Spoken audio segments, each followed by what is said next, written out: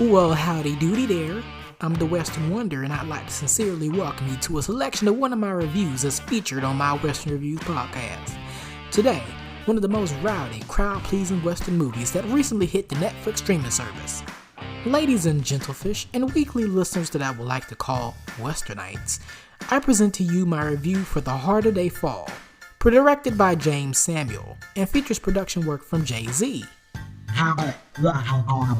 Oh, you can't fuss at me like that. Anyways, we'll take a listen to the trailer and maybe even an ad break from a sponsored pod, and I'll return with my beloved review.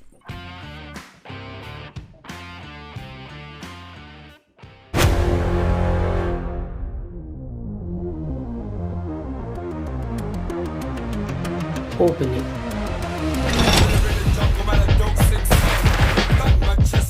Please.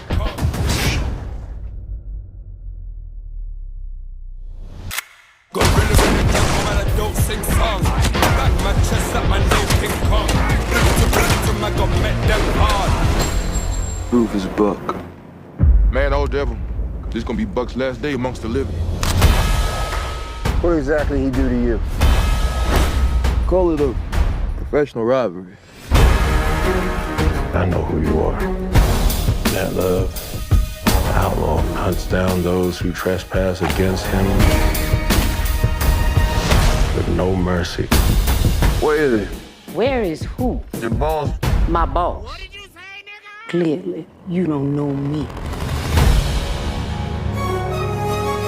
I heard Rufus Buck was back. This ain't no road to ask a friend to travel.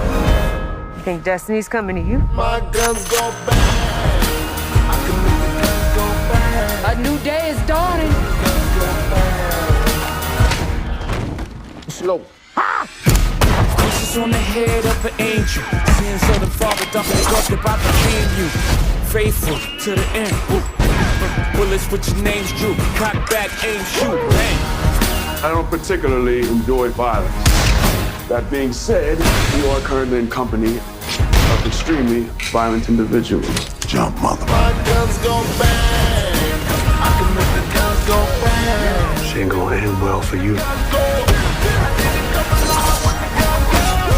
Really?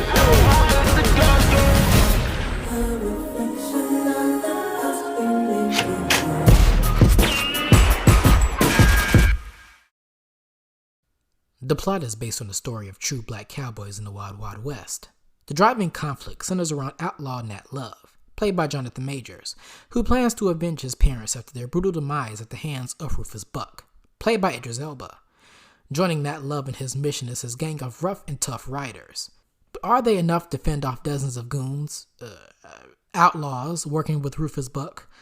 Well, if you've seen the movie, you know how things go. So for my thoughts about the movie. There's a lot of pros about this movie that are so spread out that I know I won't be able to catch them all. But I'll break them down to the best of my abilities. First off, the cast. Everyone here plays off each other very well, definitely not wasting a precious minute of the movie's runtime. Jonathan Majors, fresh off of latest critical hits such as Lovecraft Country and The Last Black Man in San Francisco, as well as many busy works under the Marvelverse, is the perfect leading man for Nat Love. Fearless, charming, and straight to the point. His gang are all heavy hitters as well. Zazie Beetz, who I've seen recently in Joker, and is one of two stars in this film also with major roles in the hit FX show Atlanta, plays the partner to the outlaw Love, but can hold her own at killing rusty bandits. Delroy Lindo, fresh off romantic performance in Spike Lee's The Five Bloods, which, if you pay attention to detail in one scene in the movie with one of his trains, pays tribute to one of the film's stars, plays the elder cowboy who's too smooth to even be fazed by a single gunshot.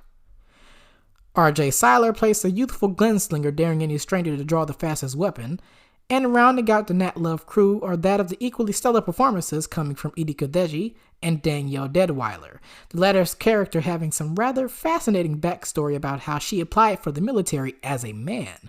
Research more of that in your leisure time. But then the opposition, the antagonistic bandits, are so hard to root against because they play so many different characters in all their previous projects, mostly good characters. And these guys are really meticulous with their planning and badasses when it comes to playing the villains. It was hard to root against them. You have Lakeith Stanfield, another Atlanta star who's done great roles, subdued but still taking no nonsense.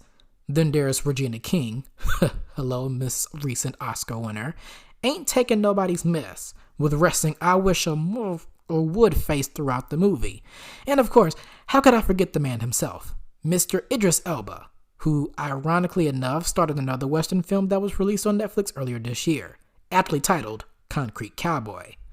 It's one thing to have an Idris Elba yells type of role chasing after you, but you know you should watch your back if you have calm, menacing Idris Elba.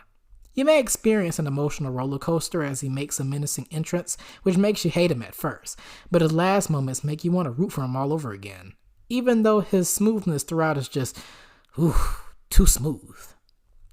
Now there's some comedic talent that also appear in this movie. Damon Wayans Jr., part of the humorously talented Wayans family, and even more unrecognizable in terms of acting, Deon Cole, are amongst the bunch.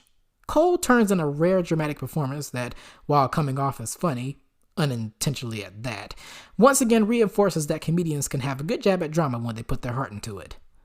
Every cast member here has the part they play, and they play it well. What more could I say? The last time I've seen a Western with a strong black cast, albeit using lesser leading actors, is a little-known 70s flick called Buck and the Preacher, starring Harry Belafonte and Sidney Poitier. Yes, not Django Unchained. Oh, come on. I thought you were banned, old lady. While this film may have the traditional Western setups, you know, the lengthy horse riding entrance, the gun-slinging duels throughout the movie, lots of close-ups of the characters doing menacing stare-downs, etc., etc., the rapid-fire action sequences and the aforementioned stellar performances drive the movie, and the runtime feels a lot less than 2 hours and some change. Speaking briefly on the action sequences, the final fight that occurs during the climax of this film is definitely a highlight you don't want to miss, especially the battle segment between Regina King and Zazie Beetz. Kind of a comic book movie vibe. That's all I'm going to say about that part, since this is a spoiler-free review for that part. One thing that you won't see that's traditional in the most Western storylines, and this is sort of a good thing in my eyes, is a lot of flashbacks and backstories to kill time in the plot. The only flashbacks that you see are integral to the ongoing driving conflict, and that in itself isn't very often either. The background music, being more modern, also fits like a glove for the fact that this movie's visual aesthetic has a very modern feel to it. We are in modern times, after all. It isn't too overdone when it isn't necessary to convey the tone of a scene, whether quiet and subdued or loud and brash. One con that I will say about this film, and I think that any movie, regardless of the genre, suffers from this, is that despite the strong ensemble cast exceeding their expectations of playing their role, the screen time for such a nicely, quick-paced movie is very limited for some who aren't on a higher bill than leads.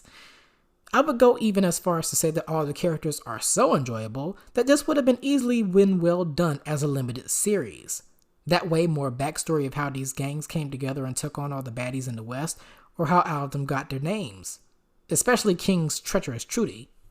But regardless of this one con, this movie gets a yee-haw-tastic rating for me, or in numbers at 9.5 out of 10.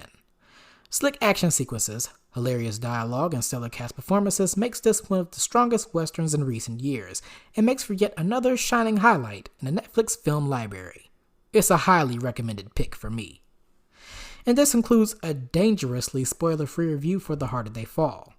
If you like this review, please do not hesitate to share it with your friends or even give some feedback. How may you do that, you may ask? Well, it's quite simple. You can check out my social media pages.